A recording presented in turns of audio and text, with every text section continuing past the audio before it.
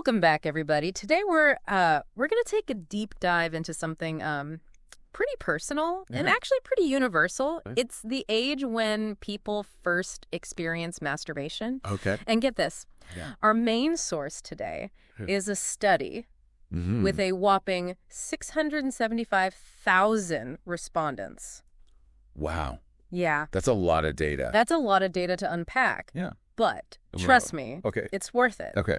This isn't just about numbers. Right. It's a window into human development, Yeah. cultural influences, and how Yeah. we navigate our own sexuality. Absolutely. Exactly.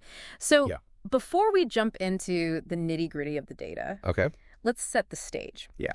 I'm curious, from a developmental perspective, what are the key elements that come into play here? Well, think of it like a recipe. Okay. You have your core ingredients, biology, hormones, and the physical changes of puberty. Okay. These are like the foundation of sexual development. Okay. So that's the base layer. What else goes into the mix? Then you add the social and cultural spices, Okay. which really give each person's experience a unique flavor. Okay. Family values, Yeah. religious beliefs, what you learn from friends, what you see in the media. Yeah. All these factors Right. contribute to how we understand and explore our sexuality. So it's not just about biology driving the bus. Right. It's also about the environment we grow up in. Yeah. The messages we receive and how we internalize those messages. Exactly. And of course, each individual's personality and psychological makeup play a role. Absolutely. Some folks are naturally more curious or comfortable exploring, while others might be more hesitant or even experience shame Right. due to their upbringing or past experiences. Yeah. That makes a lot of sense. Mm-hmm. Okay, so we've got this complex recipe Yes. of biological, social, and psychological factors Yes. simmering away. It's good stew. Now let's dive into the actual data. Welcome to Gender Decoded, where numbers align, seeing the stories that data defines, breaking the barriers, truth untold, insights in gender, the data force.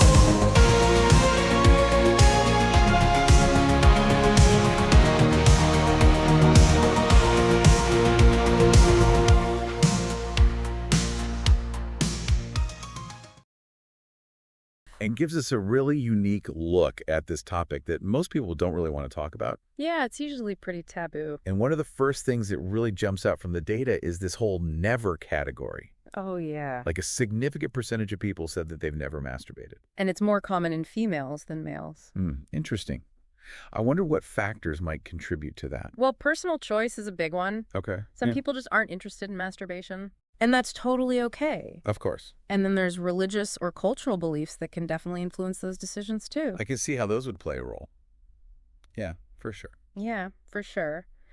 But do you think that maybe there are like underlying societal messages that also contribute to those choices? Oh, absolutely. Me too. And especially for women. Right, right. Because think about it. If there's a stigma around female sexuality or pleasure, Yeah. it makes sense that it would affect their willingness to explore those things. And maybe even like how honestly they answer those survey questions. Exactly. Exactly. It's Yeah. called social desirability bias. Right. People want to fit in and be seen as normal.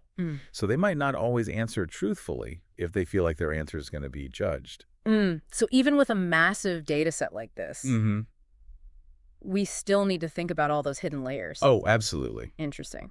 All right, well, let's get into some of the numbers then. Go ahead. So we've got this chart here breaking down the age of first masturbation. And it's super interesting to see the different trends.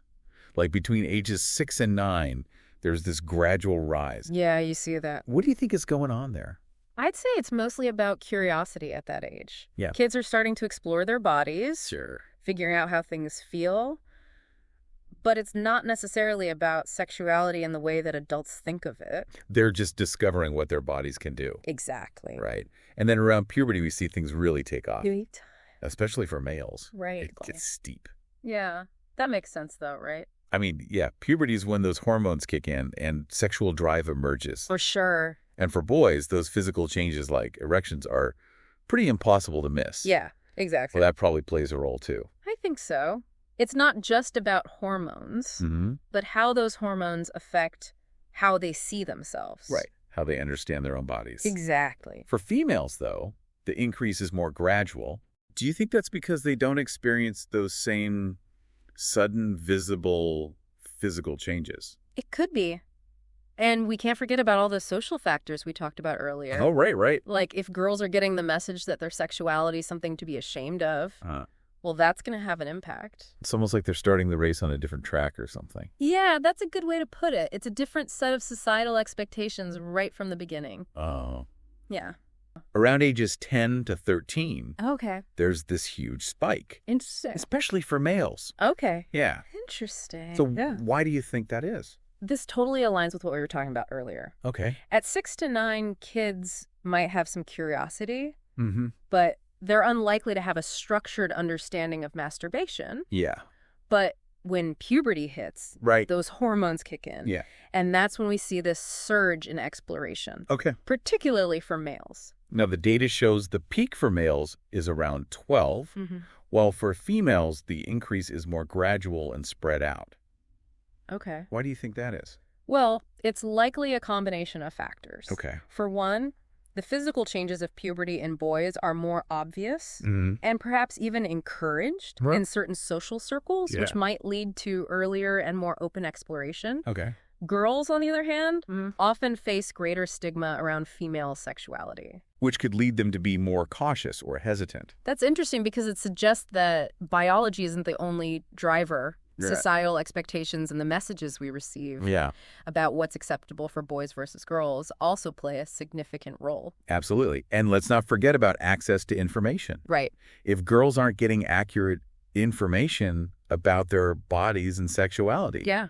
it can create confusion and anxiety, leading them to delay exploration. So it's a more nuanced picture than just saying boys do this, girls do that. Exactly. It's about recognizing that both biology A and D social factors Yeah. are shaping these experiences. Exactly. It's that interplay we were talking about earlier. Right. And it's crucial to keep that in mind as we continue to explore the data.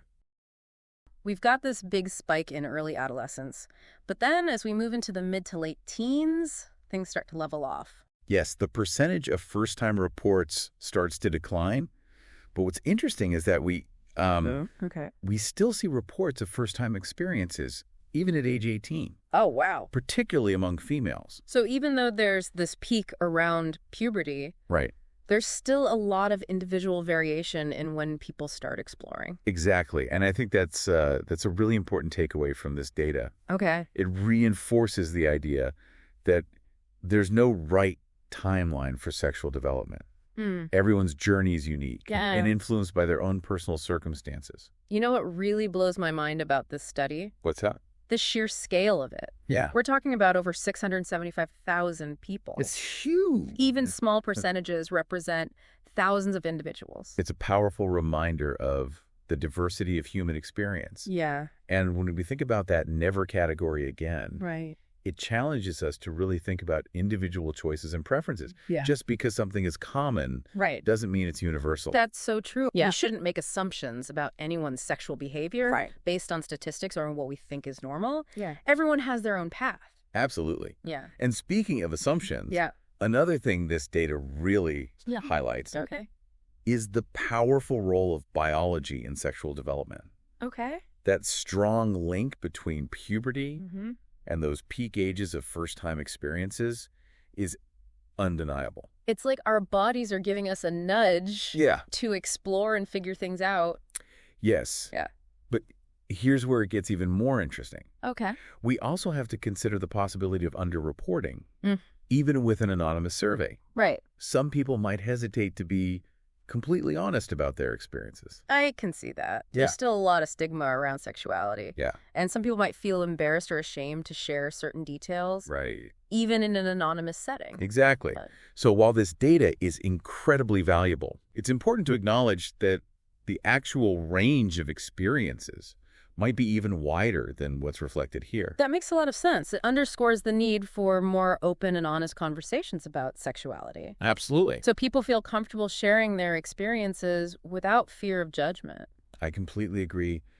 creating a culture of openness and acceptance is essential Right. for fostering healthy sexual development and well-being. Okay, so we've covered a lot of ground here. We have. Can you help us connect the dots a bit? Sure. What are the key takeaways Yeah. about the reasons behind these patterns of sexual exploration? Absolutely. What's fascinating is that it's not just one factor, Okay. but a complex interplay of influences that shape when and how people explore their sexuality. Like we talked about earlier, Yeah. it's that recipe with all the different ingredients coming together. Exactly. First, we have the biological foundation, Okay. physical development, Yeah. and the power of hormones driving those initial urges and curiosity. Mm-hmm. Then we layer on access to accurate information. Right. If young people have access to good sexual education, Right. they're more likely to understand their bodies and make informed choices about their sexuality. But even with good information, family and cultural attitudes can have a huge impact. You hit the nail on the head. Yeah. A supportive and open environment at home